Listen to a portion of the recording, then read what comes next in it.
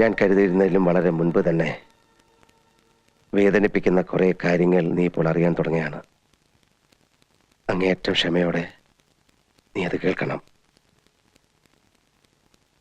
അല്ലിയെ കൊല്ലാൻ ശ്രമിക്കുന്ന, ഗംഗയുടെ സാരിക്ക് തീ പിടിപ്പിക്കുന്ന മാടമ്പിള്ളിയിലെ മാനസിക രോഗി നീ വിചാരിക്കുന്ന പോലെ ശ്രീദേവിയല്ല. ആ രോഗി നിന്റെ ഗംഗയാണ്. ഞാനിവിടെ വന്ന ദിവസം തന്നെ എനിക്ക് മനസ്സിലായി, ശ്രീദേവിക്ക് അസുഖമൊന്നുമില്ല. ശ്രീദേവിയിൽ അസുഖം ആരോപിക്കപ്പെടുമ്പോൾ യഥാർത്ഥ രോഗി അടങ്ങിയിരിക്കുകയാണ്, ആഹ്ലാദിക്കുകയാണ്. പക്ഷെ ആ രോഗി ആരാണെന്ന് മാത്രം പിടികിട്ടിയില്ല. ആ ഘട്ടത്തിലാണ് ഒരു ദിവസം ഗംഗയുമായി ഞാൻ തെക്കിനിയിലെത്തിയത്. അവിടെ വെച്ച് ഗംഗയിൽ നിന്നും ഒരു പ്രത്യേക തരം സൈക്കിക് വൈബ്രേഷന്റെ അനുഭവം എനിക്ക് കിട്ടാൻ തുടങ്ങി. വേദനയോടെ ഞാൻ മനസ്സിലാക്കി, ഞാൻ അന്വേഷിച്ച് നടക്കുന്ന മാടമ്പിള്ളിയിലെ യഥാർത്ഥ മനോരോഗി എൻ്റെ അടുത്ത് നിൽക്കുന്ന ഗംഗയാണെന്ന്. ഗംഗയിൽ എന്തുകൊണ്ട്, എവിടെ വെച്ച്, എങ്ങനെ ഈ രോഗം ഉടലെടുത്തു? ഒരിക്കൽ നീയുമായിട്ടുള്ള വിവാഹാലോചന വരെ എത്തിയ ശ്രീദേവിയുടെ സാന്നിധ്യമാണോ ഗംഗയുടെ രോഗകാരണം? അതറിയാനാണ് അന്ന് ഞാൻ ശ്രീദേവിയും കൂട്ടി അമ്പലത്തിൽ പോകാൻ പറഞ്ഞത്. പക്ഷെ ഗംഗയ്ക്ക് അതൊരു പ്രശ്നമേ അല്ലെന്ന് എനിക്ക് വളരെ വ്യക്തമായി. പഴങ്കഥയിലെ നാഗവല്ലിയുടെ ഒരു കാര്യം പറഞ്ഞ് ഗംഗയെ പ്രകോപിപ്പിക്കാൻ ഞാൻ ശ്രമിച്ചു. നാഗവല്ലിയുടെ ചിലങ്കയെ ചൊല്ലി എന്തൊക്കെയോ പറഞ്ഞ് ഞാൻ ഗംഗയോട് എതിർത്തു. ഗംഗ പ്രതികരിച്ചു, അതിശക്തമായി, അസാധാരണമായി. അപൂർവമായ ഒരു മനോരോഗത്തിന്റെ അഗ്നികുണ്ഡങ്ങൾ ഗംഗയുടെ കണ്ണുകളിൽ ജ്വലിക്കുന്നത് ഞാൻ ആദ്യമായി കണ്ടു. ആ നിമിഷങ്ങളിൽ ഒരു നിമിഷം ഗംഗ നാഗവല്ലിയായി മാറുകയായിരുന്നു. ഗംഗയുടെ അസുഖം അതാണ്. ചില നേരങ്ങളിൽ ഗംഗ നാഗവല്ലിയായി മാറുന്നു. നമ്മൾ പത്രങ്ങളിലൊക്കെ വായിക്കാറില്ലേ, 11 വയസ്സുള്ള മുസ്ലിം ബാലിക 71 വയസ്സുള്ള ഒരു വാര്യസാരായി പെരുമാറുന്നു, സംസാരിക്കുന്നു, സംസ്കൃത ശ്ലോകം ചൊല്ലുന്നു എന്നൊക്കെ. പഴമക്കാർ ഇതിനെ ബാധ കൂടിയതാണെന്നൊക്കെ പറയും. സൈക്യാട്രിയിൽ സ്പ്ലിറ്റ് പേഴ്സണാലിറ്റി, ഡ്യുവൽ പേഴ്സണാലിറ്റി, അതായത് അപര വ്യക്തിത്വം, ദ്വന്ദ്വ വ്യക്തിത്വം, പൊസഷൻ സ്റ്റേറ്റ് തുടങ്ങിയ ലഘു മനോരോഗങ്ങളായിട്ടാണ് ഇതിനെ കാണുന്നത്. ചികിത്സിച്ചില്ലെങ്കിൽ ഇവിടെ ഗംഗയിലെ ആ മറ്റൊരാൾ നാഗവല്ലിയാണ്. ഈ രോഗബാധയുണ്ടാകുമ്പോൾ രോഗിക്ക് അമാനുഷികമായ കഴിവുകളാണ്. അർദ്ധരാത്രിയിൽ നിന്റെ കിടക്കയിൽ നിന്ന് നാഗവല്ലിയായി എഴുന്നേൽക്കുന്ന ഗംഗയ്ക്ക് നിന്റെ ഉറക്കത്തിന്റെ ആഴമളക്കാം. നീ എത്ര സമയം ഉറങ്ങും, ഏത് സെക്കൻഡിൽ ഉണരും ഒക്കെ അറിയാം. പകൽ സമയങ്ങളിൽ നിന്നോടൊപ്പം നടന്ന് നീ പോലും അറിയാതെ പലതും എറിഞ്ഞുടയ്ക്കുന്നു, കത്തിക്കുന്നു. രാത്രികാലങ്ങളിൽ നൃത്തം പഠിച്ചിട്ടില്ലാത്ത ഗംഗ തമിഴ് പാട്ട് പാടി നൃത്തം ചെയ്യുന്നു. പക്ഷെ ഇതൊക്കെ താനാണ് ചെയ്യുന്നതെന്ന സത്യം പാവം ഗംഗ അറിയുന്നില്ല. ഗംഗയിലെ മനോരോഗിയുടെ സഞ്ചാര ദിശയും ലക്ഷ്യവും കണ്ടെത്താനായി ഞാനന്ന് അർദ്ധരാത്രിക്ക് തെക്കിനിയിലെത്തി. ഗംഗയിലെ ചിത്തരോഗിയുമായി സംസാരിച്ചു. ഭാഷ തമിഴായിരുന്നു. ന്യൂറോസിസിൽ തുടങ്ങി സൈക്കോസിസിന്റെ, ചിത്തഭ്രമത്തിന്റെ സങ്കീർണമായ മേഖലകളിലൂടെ സഞ്ചരിച്ച് വല്ലാത്ത ഒരു കൊലപാതക പ്രവണതയുമായി നിൽക്കുകയായിരുന്നു ഗംഗ അന്നവിടെ. എന്തെങ്കിലും എനിക്ക് ചെയ്യണമെങ്കിൽ ഗംഗയുടെ ബാല്യത്തെക്കുറിച്ച് അറിയണമായിരുന്നു. ഞാൻ ചന്തുവിനെയും കൂട്ടി പുറപ്പെട്ടു ഗംഗ ജനിച്ചു വളർന്ന ഏവൂർ എന്ന ഗ്രാമത്തിലേക്ക്. ആ നാട്ടുംപുറത്ത് ഒരു വലിയ തറവാടിന്റെ അകത്തളത്തിൽ മുത്തശ്ശിയോടൊപ്പം പുള്ളുവൻ പാട്ടും പഴങ്കഥകളും കേട്ടു വളർന്ന ഒരു കൊച്ചു പെൺകുട്ടി. അവളെ 3 വയസ്സ് തികയും മുമ്പേ മുത്തശ്ശിയുടെ കയ്യിലേക്ക് വലിച്ചെറിഞ്ഞിട്ട് ഉന്നത ഉദ്യോഗത്തിന്റെ തിരക്കുമായി കൽക്കട്ടയിലേക്ക് പോയ അച്ഛനമ്മമാർ.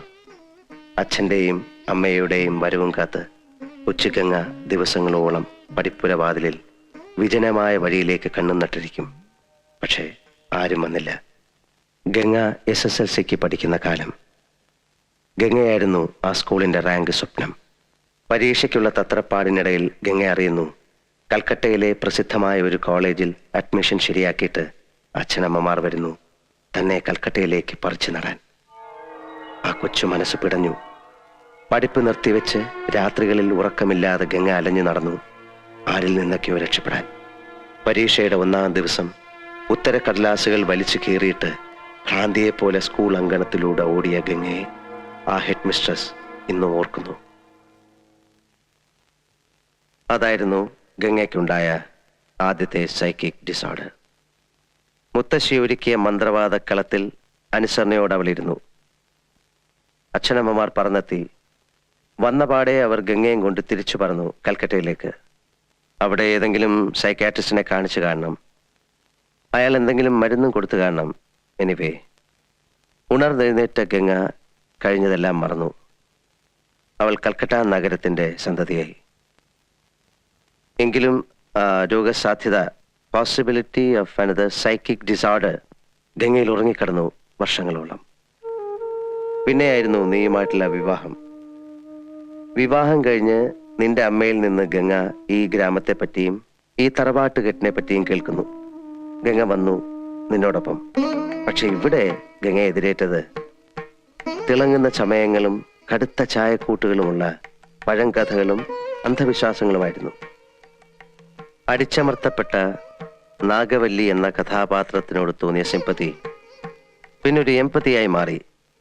തീഷ്ണമായ ഒരുതരം തന്മയി ഭാവം. താൻ നാഗവല്ലിയാണ് എന്നൊരു തോന്നൽ. ഗംഗയുടെ സ്വന്തം വ്യക്തിബോധത്തെ എന്നേക്കുമായി കീഴടക്കിക്കൊണ്ട് ആ മനസ്സ് പൂർണ്ണമായും നാഗവല്ലിയായി മാറാൻ തുടങ്ങുകയാണ്. അതനുവദിച്ചുകൂടാ, ചികിത്സിക്കണം. അതിനാദ്യം വേണ്ടത് താനൊരു രോഗിയാണ് എന്നുള്ള കാര്യം ഗംഗയെ ഒരിക്കലും അറിയിക്കാതിരിക്കുക എന്നതാണ്.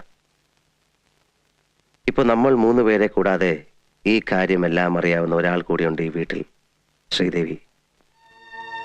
ഒരിക്കൽ എല്ലാവരുടെയും മുൻപിൽ വെച്ച് ഗംഗയുടെ രോഗം പുറത്തു വരാൻ പോകുന്നു എന്ന് തോന്നിയ ഒരു ഘട്ടത്തിൽ അതൊഴിവാക്കാനായി ഞാൻ ശ്രീദേവിയെ മുറിയിലിട്ട് പൂട്ടി.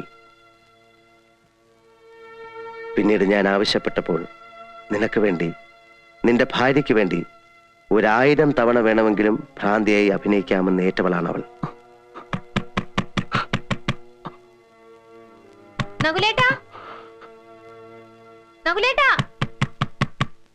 ഈ വാതിലൊന്ന് തുറന്നേ. ഇതാരെ പൂട്ടിയേ? നകുലേട്ടാ,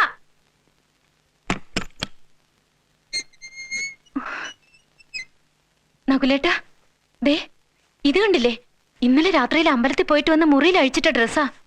കണ്ടോ? സർവത്ര കീറി പറിച്ചു വെച്ചിരിക്കുന്നു. ദേ, ശ്രീദേവി ആയിരിക്കും. അല്ലാതെ പിന്നെ ആരാ? സാരമില്ല. ഇന്നലെ കഥകളിയൊക്കെ എങ്ങനെ ഉണ്ടായിരുന്നു? മുഴുവൻ കണ്ടില്ലല്ലോ. ഉറക്കം വന്നിട്ട് എപ്പോഴാ തിരിച്ചു വന്നെന്ന് അറിയില്ല. അല്ല, മഹാദേവനോ എപ്പോ വന്നു? കുറച്ചു നേരമായി. അതുകൊള്ളാം. എന്നിട്ടാണോ നകുലേട്ട എന്നോട് പറയാതിരുന്നേ? നിങ്ങളിരിക്കെ, ഞാൻ ഇപ്പൊ കാപ്പി കൊണ്ടുവരാം.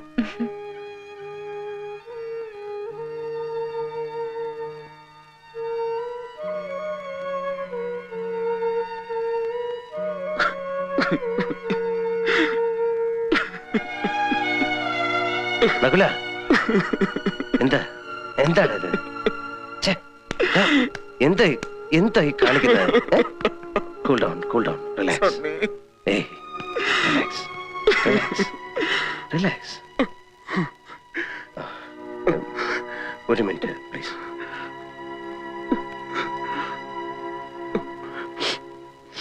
ഇപ്പോൾ നിങ്ങൾ താമസിക്കുന്ന ആ വീട് പണ്ട് രാമനാഥൻ എന്ന നർത്തകൻ താമസിച്ചിരുന്ന വീടാണ്. ഗംഗയിലെ ചിത്തരോഗി നാഗവല്ലിയായി മാറുന്ന നിമിഷങ്ങളിൽ താങ്കൾ ഇവിടുത്തെ പഴങ്കഥയിലെ കാമുകനായ രാമനാഥനായി മാറുന്നു.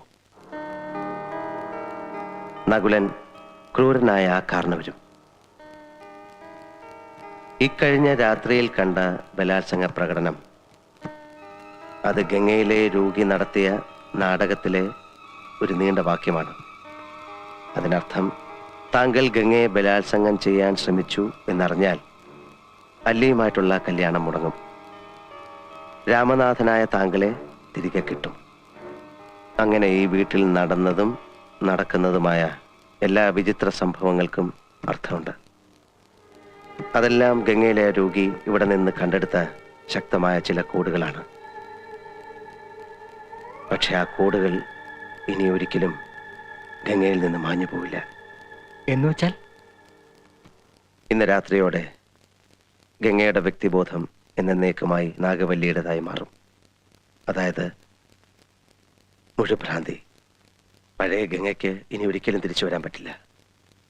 ആ രോഗഭാഷയിലൂടെ പുറത്തു വരാൻ ഇനി 2 കാര്യങ്ങളേ ഉള്ളൂ. നകുലിനെ ഏത് നിമിഷം വധിക്കപ്പെടും, ഗംഗ ആത്മഹത്യ ചെയ്യും. എനിക്ക് നകുലിനെയെങ്കിലും രക്ഷിക്കണം. അപ്പൊ ഗംഗയെ രക്ഷിക്കാൻ നകുലിനെ കൊലയ്ക്ക് കൊടുക്കണം. നകുലിനെ രക്ഷിച്ചാൽ ഗംഗ ആത്മഹത്യ ചെയ്യും. ഒരു മരണം അതൊഴിവാക്കാനാവില്ല. അവരിൽ ഒരാളെ എന്നേക്കുമായി മറന്നു കളഞ്ഞേ പറ്റൂ. അല്ലെങ്കിൽ എന്തെങ്കിലും മിറാക്കിൾ സംഭവിക്കണം.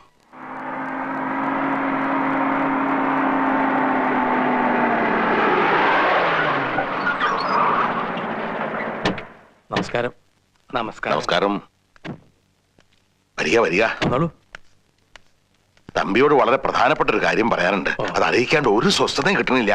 അതാ തിടുക്കത്തിൽ പുറപ്പെട്ടതേ. നമുക്ക് വടക്ക് ഭാഗത്ത് എവിടെയെങ്കിലും കൊണ്ട് തിരിക്കാം. അങ്ങോട്ട് ദാ.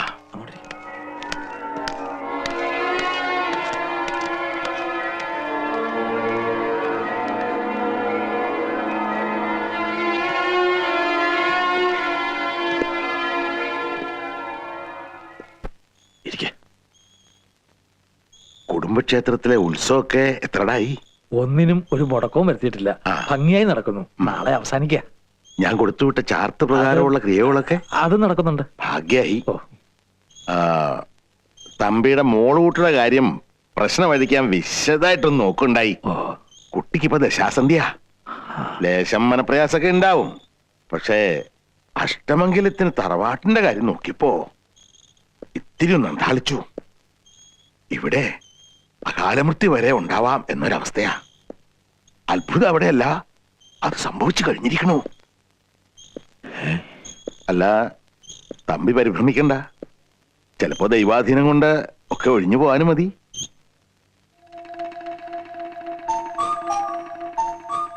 എവിടെയോ കണ്ട് മറന്ന പോലെ തോന്നുന്നുണ്ടല്ലോ. ആരത്? ആ, ഇത് കഷ്ടായി. എവിടെ വെച്ചാണെന്ന് മറന്നിരിക്കണോ? എത്ര ആയിട്ടും അങ്ങോട്ട് കിട്ടണില്ല. തിരുമേനി മറന്നു, നമ്മൾ തമ്മിൽ അമേരിക്കയിൽ. ഹൈ, സണ്ണി. ആ, അമ്പട കേമാ സണ്ണി കുട്ട. നീ എന്നെ പറ്റിച്ചുട്ടോ. ഹൈ, എന്താ കഥ? നിന്നെ ഞാൻ മറക്ക്. ഇവിടെ വെച്ച് കാണുന്ന സ്വപ്നേവി നിരീക്ഷിച്ചില്ല. ആശ്ചര്യം എന്ന് പറഞ്ഞാ മതി. പങ്കൻ തടിച്ചുട്ടോ. ഇവൻ ഇവിടെ ഉള്ളപ്പോ തമ്പിയുടെ മോളുടെ പ്രശ്നവും പറഞ്ഞ് എന്നെ വന്ന് കാണണമായിരുന്നോ? ആളെ വേണ്ടത്ര പരിചയമില്ലാന്ന് തോന്നണു. ലോകപ്രസിദ്ധനാ തനി രാവണൻ. 10 തലയാ ഇവന്.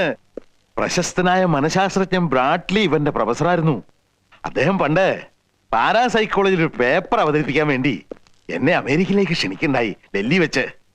അന്ന് ബ്രാഡ്ലിയുടെ ജൂനിയർ ആയിരുന്നു ഇവൻ. അറിയോ, ആധുനിക മനഃശാസ്ത്രത്തിൽ ലോകപ്രസിദ്ധമായ 2 പ്രബന്ധങ്ങൾ ഇവന്റെയാ. ഈ നിൽക്കുന്ന രാവണന്റെ. തിരുമേനി, എബ്യൻ. എനിക്ക് തിരുമേനിയോട് സ്വകാര്യമായിട്ട് അല്പം സംസാരിക്കാനുണ്ട്. ആയിക്കോട്ടെ, ഇന്ന് നമുക്ക് ഇവിടെ തന്നെ കൂടാ. എല്ലാം അറിഞ്ഞിട്ട് തന്നെ കാര്യം. തമ്പി, ഓ. 2 കസേര എടുത്ത് പുറത്തേക്ക് ഇടുക.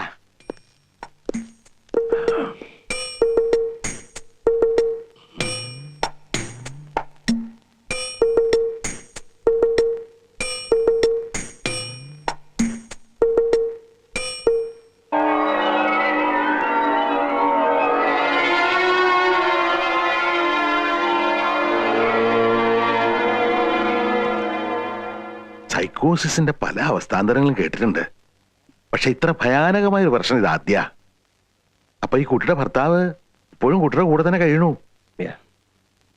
ഇത്ര അടുത്ത കൂട്ടുകാരനായ സ്ഥിതിക്ക് തനിക്ക് അയാളോട് പറഞ്ഞുകൂടെ ഭാര്യയെ വിട്ട് വേറെ എവിടെയെങ്കിലും മാറി താമസിക്കാൻ?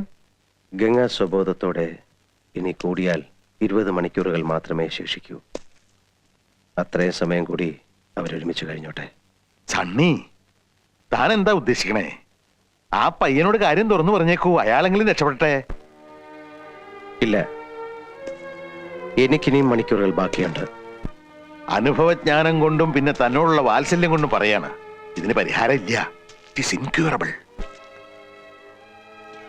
മനുഷ്യ മനസ്സിനെ തിരുമേനിയോളം അടുത്തറിഞ്ഞിട്ടുള്ളവരിലാണ് ഞാൻ എൻ്റെ ഗുരുക്കന്മാരെ കാണുന്നത്.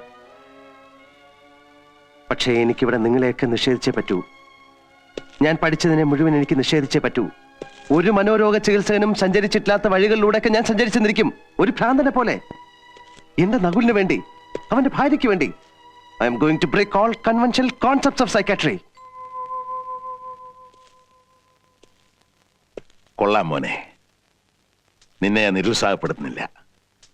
എനിക്ക് പരിപൂർണ വിശ്വാസമായി. ശ്രമിച്ചോളൂ. പക്ഷെ എന്താ മാർഗം? ഗംഗയെ ചികിത്സിക്കാൻ പല മാർഗങ്ങളുണ്ട്. പക്ഷെ അവയെല്ലാം ചെന്നെത്തുന്നത് പതിവ് സ്ഥലത്ത് തന്നെയാണ്. അതിന് ഞാൻ വേണമെന്നില്ല. ബാല്യത്തിൽ ലക്ഷ്യക്കഥകൾ കേട്ട് മന്ത്രവാദക്കളങ്ങൾ കണ്ടു വളർന്നു വന്നതാണ് ഗംഗയുടെ മനസ്സ്. അവിടെ തൂകിപ്പോയ കടും ചായങ്ങൾ ഒപ്പിയെടുക്കാൻ തിരുമേനിയുടെ ഉപകരണങ്ങൾ എനിക്ക് വേണം. പിന്നെ തിരുമേനി എനിക്ക് വേണ്ടി ഒരുക്കി തരുന്ന ഒരു അറ്റ്മോസ്ഫിയർ, മന്ത്രവാദത്തിന്റെ ഒരു അന്തരീക്ഷം. താൻ ധൈര്യമായിട്ട് മുന്നോട്ട് പോയിക്കോളൂ, ഞാൻ പുറകിലുണ്ട്. വളരെ അപകടം പിടിച്ചൊരു ഘട്ടത്തിൽ നിന്നാണ് എനിക്ക് തുടങ്ങേണ്ടത്. എതിർക്കരുത്. ഇന്ന് രാത്രിക്ക് മുമ്പ് ഗംഗ മനസ്സിലാക്കണം താനൊരു രോഗിയാണെന്ന്. ഞാനിപ്പോ ഗംഗയെ അതറിയിക്കാൻ പോവുകയാണ്. തിരുമേനി ഭയന്നു, എനിക്കറിയാം. അതറിയുന്ന നിമിഷം ഗംഗ അതിജീവിക്കില്ല. മരണം സംഭവിക്കാം. പക്ഷേ ഞാൻ തീരുമാനിച്ചു കഴിഞ്ഞു, സ്വന്തം ഭർത്താവിൽ നിന്ന് തന്നെ ഗംഗ അറിയണം താനൊരു രോഗിയാണെന്ന്. ആ നിമിഷത്തെ ഗംഗ അതിജീവിച്ചാൽ പ്രതീക്ഷയുടെ ഒരു നേർത്ത വഴി എനിക്ക് തുറന്നു കിട്ടും. ആ വഴിയിലൂടെ എനിക്ക് പോകാം. തിരുമേനി പ്രാർത്ഥിക്കണം, എന്നെ അനുഗ്രഹിക്കണം.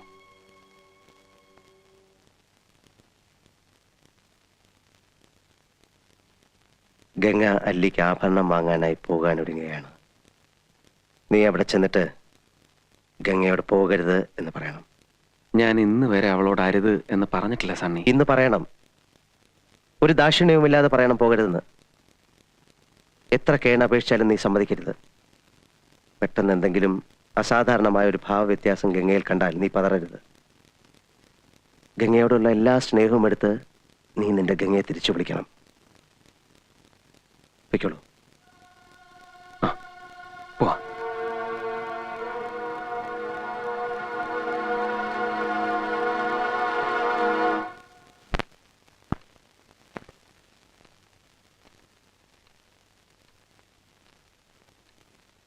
ഗംഗ ഇപ്പൊ എവിടെ പോകുന്നു? അത് കൊള്ളാം. ഞാൻ പറഞ്ഞില്ലേ അല്ലിക്ക് കല്യാണാഭരണം എടുക്കാൻ പോണെന്ന്. ഗംഗ ഇപ്പൊ പോണ്ട. ഞാൻ പോണ്ടേ? വേണ്ട. ഞാനിന്ന് രാവിലെയും പറഞ്ഞിരുന്നതാണല്ലോ, പിന്നെന്താ ഇപ്പോഴൊരു മനംമാറ്റം? ഗംഗ ഇപ്പൊ പോണ്ട. അതെന്താ? അല്ലിക്ക് ആഭരണം എടുക്കാൻ ഞാൻ കൂടെ പോയാല്? വേണ്ടെന്ന് പറഞ്ഞില്ലേ? എന്താ എന്താ ഞാൻ കൂടെ പോയാല്? പോകണ്ട.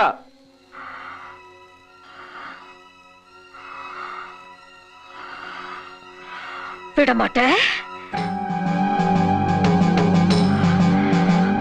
വിടമാട്ടെ.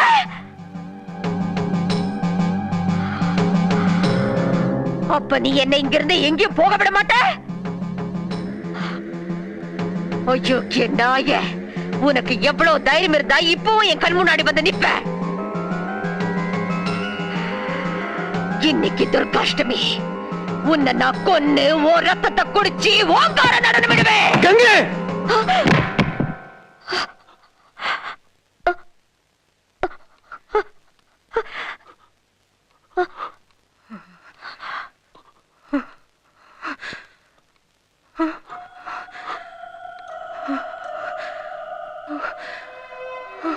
ഗംഗേ!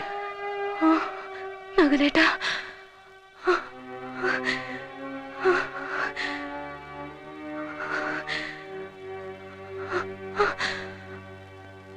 ഞാനിപ്പോ എന്താ പറഞ്ഞത്? ഞാനിപ്പോ എന്താ പറഞ്ഞതെന്ന്? ഇല്ല, ഒന്നും പറഞ്ഞില്ല. ഗംഗ ഒന്നും പറഞ്ഞില്ല. ഇല്ല, ഞാനിപ്പോ എന്തോ പറഞ്ഞു. പറ നകുലേട്ടാ, എനിക്കെന്താ നകുലേട്ടാ? നിനക്കൊന്നുമില്ല. ഉണ്ട്, എനിക്കെന്തോ ഉണ്ട് നകുലേട്ടാ. ഗംഗ, നിനക്കൊന്നുമില്ല ഗംഗ. നീ കരയാതെ. നകുലേട്ടാ, എന്നെ വെറുക്കല്ല നകുലേട്ടാ.